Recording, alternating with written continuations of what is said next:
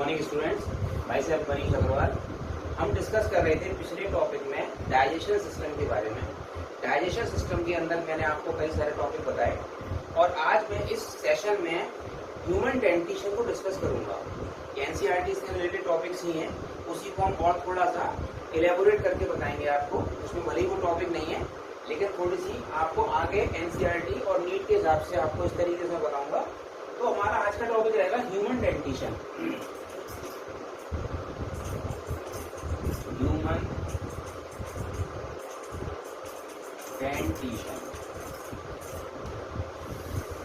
मैंने आपको पिछली बार बताया था सेशन में कि ह्यूमन डेंटिशन के अंदर 4 तरीके के टीथ होते हैं: इंसाइजर, कैनाइन, प्रीमोलार और मोलार। ये चारों दांत अलग अलग तरीके से वर्क करते हैं और अलग अलग पर्पस होता है इनका। साथ ही में मैंने यही बताया था कि दांतों का ओरिएंटेशन, यानी कि पहले कौन सा है बाद में कौन सा है, ये भी हमारे इवोल्यूशन यानी कि किस तरीके से हमारी रिक्वायरमेंट है, किस तरीके से हम चबाते हैं, किस तरीके से हम खाते हैं, निगलते हैं, इस बेस पर प्रकृति ने, नेचर ने हमको दांत दिए। और दांतों का ओरिएंटेशन भी इस तरीके से सेट किया है कि फूड के ब्रेकेज से लेकर उसके टोटल सॉलिडिफाई प्रोसेस तक दांत सपोर्ट करें। आगे और पीछे के जो दांत लगे हुए हैं, सबसे पहले काटने वाले दांत, फिर चीरने फाड़ने वाले दांत, फिर पीसने वाले दांत, ये एक ओरिएंटेशन है। और इस प्रोसेस में हम आज इसको और आगे थोड़ा बताएंगे ह्यूमन डेंटिशन। तो ह्यूमन डेंटिशन के अंदर ये तो 4 तरीके के दांत हो गए। अब दांतों का जो प्लेसमेंट होता है उसको हम कहते हैं थीकोडोंट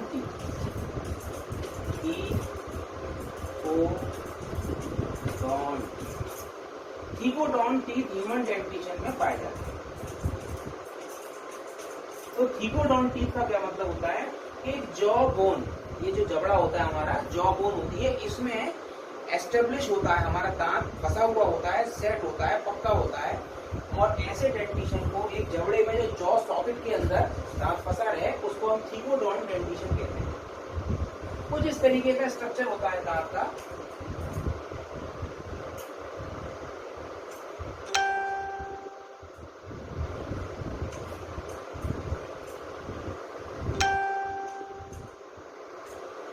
कुछ इस तरीके का दांत का डेंटिशन होता है।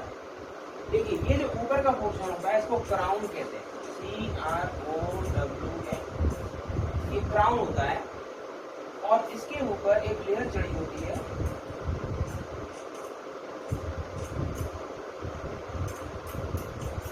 और इस लेयर को कहते हैं इनेमल।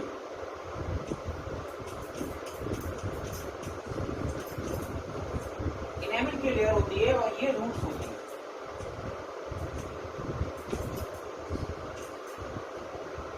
ये टूथ रूट्स हैं, ये फंसी होती है जॉ सॉकेट के अंदर। तो इस तरीके का, और ये हिस्सा जो होता है ऊपर की तरफ निकला होता है। इनेमल जो होता है, ये हमारे दांतों में शाइनिंग जो आती है, चमक आती है, वो इनेमल की वजह से आती है और ये हार्डेस्ट सब्सटेंस कहलाता है। इनेमल की वजह से ही हम कोई भी चीज दांतों के द्वारा चबा पाते हैं, खा पाते हैं, कभी से कभी चीज भी। तो इनेमल की वजह से चमक होती है और ये ऊपर का क्राउन पोर्शन होता है। उसके बाद में जो दूसरा पॉइंट ह्यूमन डेंटिशन में डिस्कस करने वाला है वो ये है कि ह्यूमन डेंटिशन में 2 तरीके के दांत होते हैं। एक होते हैं मिल्क टीथ, जिनको हम डेसिडुअस टीथ कहते हैं।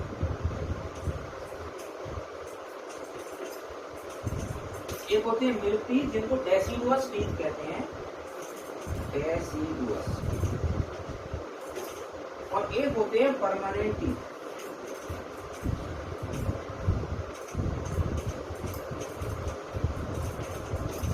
डेसिडुअस टीथ और मिल्क टीथ का मतलब क्या होता है?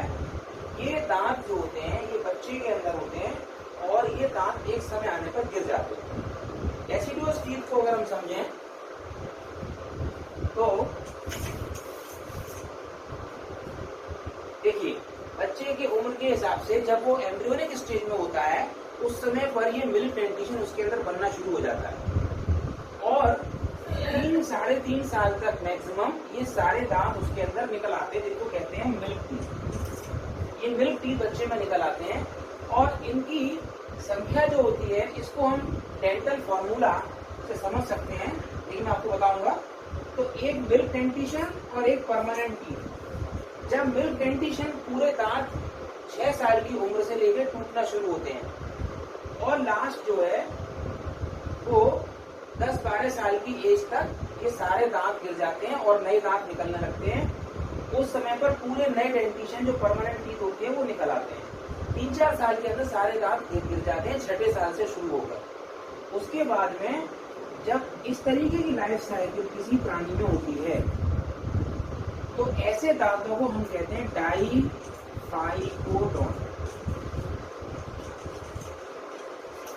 ऐसे टीथ कहलाते हैं डाइफाइकोडोंट। यानी कि जो जीवन में 2 बार आते हैं, पहले मिल्क और डेसिडुअस टीथ जो आने के बाद गिर जाते हैं, उसकी जगह पर नए दांत निकल आते हैं जिनको परमानेंट टीथ कहते हैं और ये जीवन भर बने रहते हैं। ऐसे 2 तरीके के दांत जिन ऑर्गेनिज्म में निकलते हैं वो ह्यूमन होते हैं और ह्यूमंस में इस टेंडेंसी को डाइफाइकोडोंट टेंडेंसी कहते हैं। डाइफाइकोडोंट मतलब 2 बार दांत निकलना और 2 तरीके से निकलना, और ये पहले वाले गिर जाते हैं, दूसरे वाले परमानेंट बने रहते हैं। अगला पॉइंट इसमें डिस्कस करने का है, यहाँ तक हमें समझ में आ गया कि दांत होता है, दांत की जॉ सॉकेट होती है और ये सॉकेट और ये इस तरह रूट्स में फंसा होता है दांत, ये क्राउन होता है, इनेमल होता है, रूट्स होती हैं। और थीकोडोंट टीथ जो जॉ सॉकेट में फंसे होते हैं, ऐसे टाइप्स ऑफ टीथ को थीकोडोंट टीथ कहते हैं। और जो जीवन में 2 बार आते हैं दांत, ऐसे डेंटिशन को हम डाइफाइकोडोंट डेंटिशन कहते हैं। अब इसमें अगला फॉर्म टीथ जो डिस्कस करने का है उसे कहते हैं डेंटल फॉर्मूला।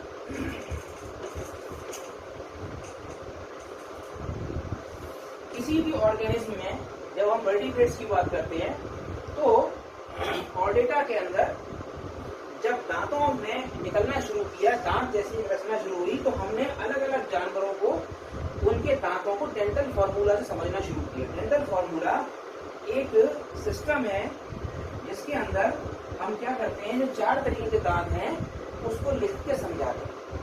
जैसे सबसे पहले होते हैं इंसाइजर, कैनाइन, प्रीमोलार और मोलार। अगर ह्यूमन डेंटिशन की बात करें तो ह्यूमन डेंटिशन में हमारे 2123 अपॉन 2123 इंटू 2, तो ये जो होता है ये होता है अपर जॉ और ये होता है लोअर जॉ।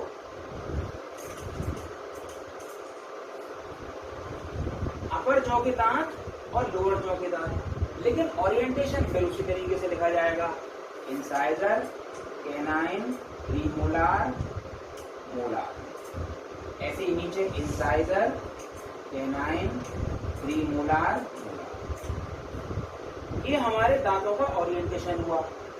इंटू 2 यानी कि जो अपर जॉ का ये हाफ है, एक हाफ, यानी कि अपर जॉ का आधा हिस्सा, आधे हिस्से में इतने दांत होंगे, नीचे के जॉ के आधे हिस्से में इतने दांत होंगे, मल्टीप्लाई बाय 2। इसमें डबल कर लो, आधा एक तरफ से आधा एक तरफ से, दुगना हो गया, नीचे का भी आधा एक तरफ से आधा एक तरफ से दुगना हो गया। इस तरीके से इसको जोड़ें तो 2 3 4 5 6 7 8, 8 दूनी 16 और 8 दूनी 16, तो 32 दांत ह्यूमन डेंटिशन के अंदर मिलते हैं। इस तरीके से हम इसको कैलकुलेट करते हैं डेंटल फॉर्मूला से। अच्छा, अब अगर हम चाइल्ड डेंटिशन की बात करें कि भाई बच्चे में आप बता रहे थे सर कि 3 साढ़े 3 साल की एज तक सारे दांत निकल आते हैं, तो उसके फॉर्मूले को किस तरीके से आप रिप्रेजेंट करेंगे, तो किड फॉर्मूला या बच्चे का जो 3 साढ़े 3 साल की एज तक का बच्चा है उसके डेंटल फॉर्मूला को डेंटल फॉर्मूला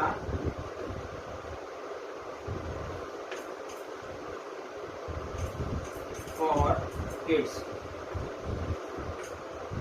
ये होता है 2102 अपॉन 2102 इंटू 2। तो क्या मतलब हुआ, incisor, canine, premolar, molar, incisor, canine, premolar, molar. तो क्लियरली यहां से दिख रहा है कि इसमें प्रीमोलार नहीं है, प्री मोलार बच्चे में नहीं। तो कितने दांत हुए? 2 3 4 5, 2 3 4 5, 5 दूनी 10, 5 दूनी 10, 20 दांत होते हैं।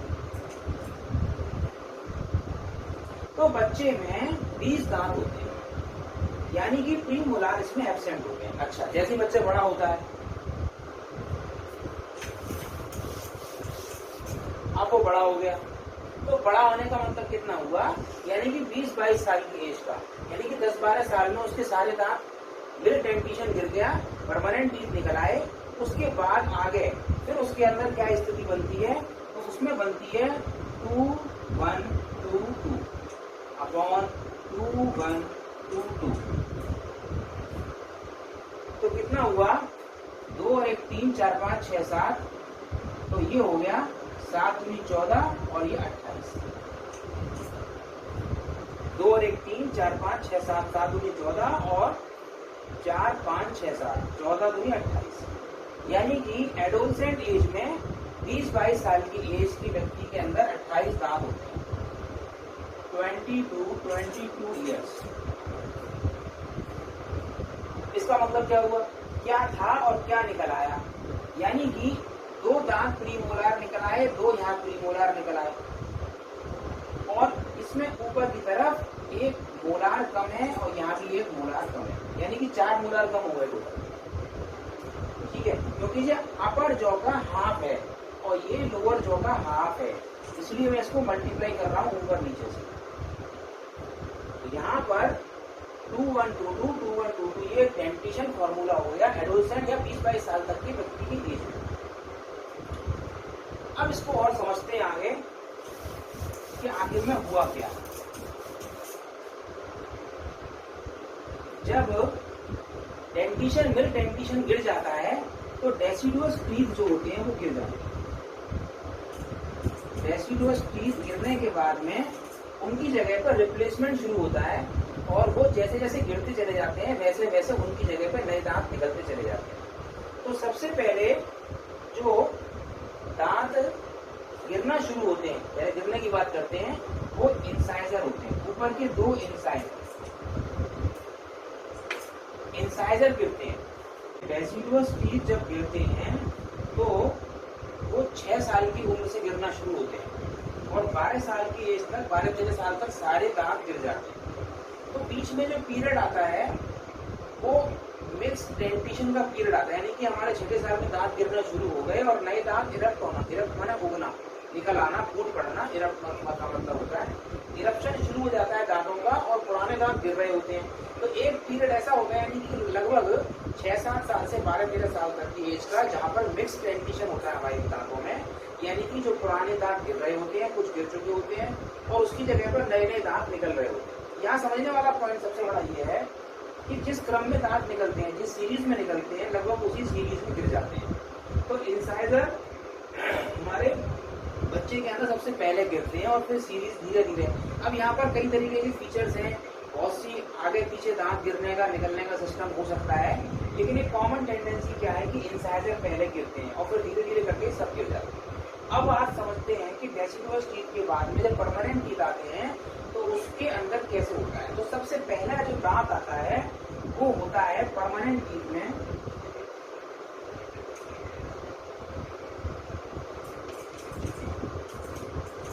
वो होता है मोलार।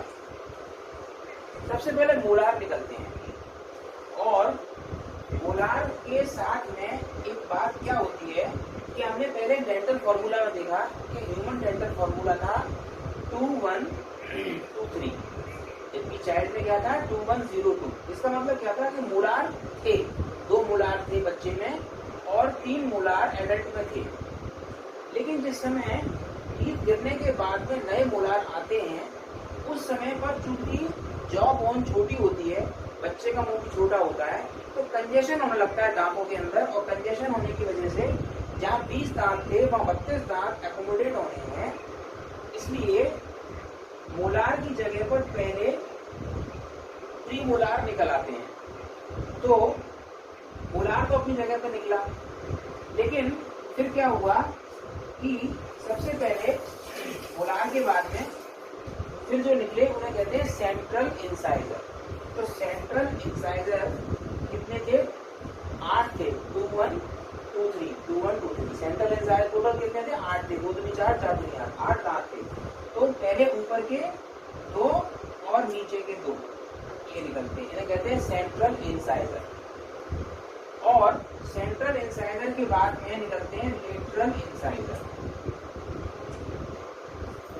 तो भाई 8 दांत सेंट्रल इंसाइजर निकलते हैं, फिर निकलते हैं उनके बगल वाले लेटरल इंसाइजर।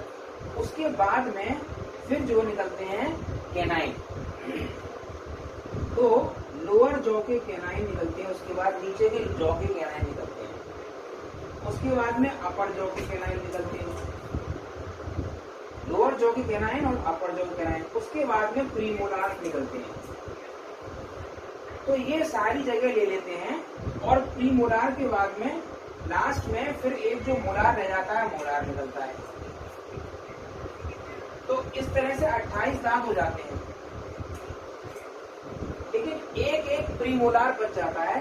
और ये प्रीमोलार यानी कि जो फॉर्मूला हमारा 28 दांतों का था, यानी कि टोटल 32 दांत होते हैं, 4 दांत बच गए, इन्हें हम कहते हैं विजडम टूथ।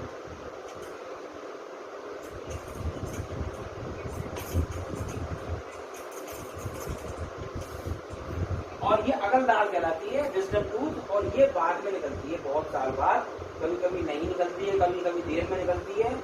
और ये एक्स्ट्रा टीथ कहलाते हैं, क्योंकि ये किसी भी दांत को रिप्लेस नहीं करते। बाकी सब दांत एक दूसरे को रिप्लेस कर देते हैं, पर ये मोलार जो होते हैं ये किसी को रिप्लेस नहीं करते, क्योंकि इनकी जॉ सॉकेट जो होती है पहले ही प्रीमोलार में भर ली होती है, इसलिए प्रीमोलार इनको रिप्लेस कर जाते हैं, पर ये किसी को रिप्लेस नहीं कर पाते, इसलिए ये सबसे लास्ट में निकलते हैं। इस तरीके से ये मिल्क डेंटिशन और डेसिडुअस डेंटिशन और परमानेंट डेंटिशन मिलकर काम करता है। और 13 साल की एज तक ये सारे दांत 28 दांत निकल आते हैं, फिर ये विजडम टूथ रह जाता है, ये बाद में निकलता है। इस तरीके से डेंटिशन का फॉर्मूला है। कुछ और डेंटिशन फॉर्मूला मैं आपको बता सकता हूँ, जैसे हाथी होता है, हाथी के दांत को हम लोफोडोंट टीथ कहते हैं।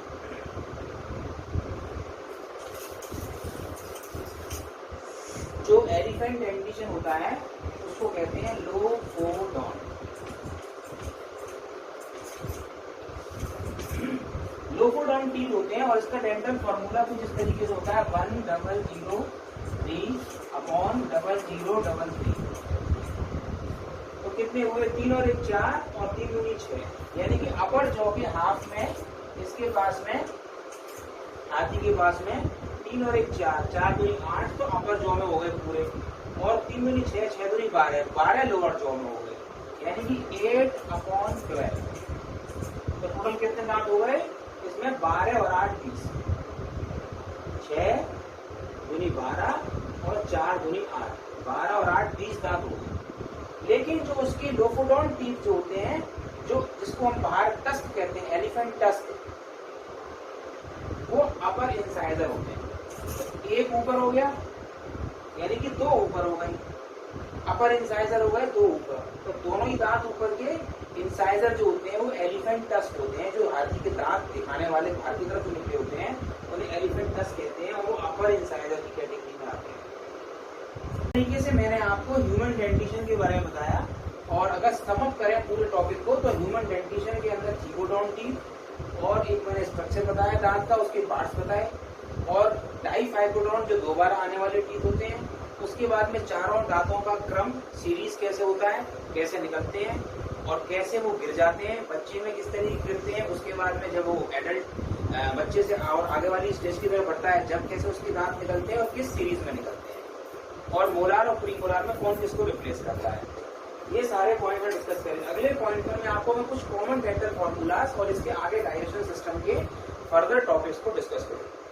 Thank you.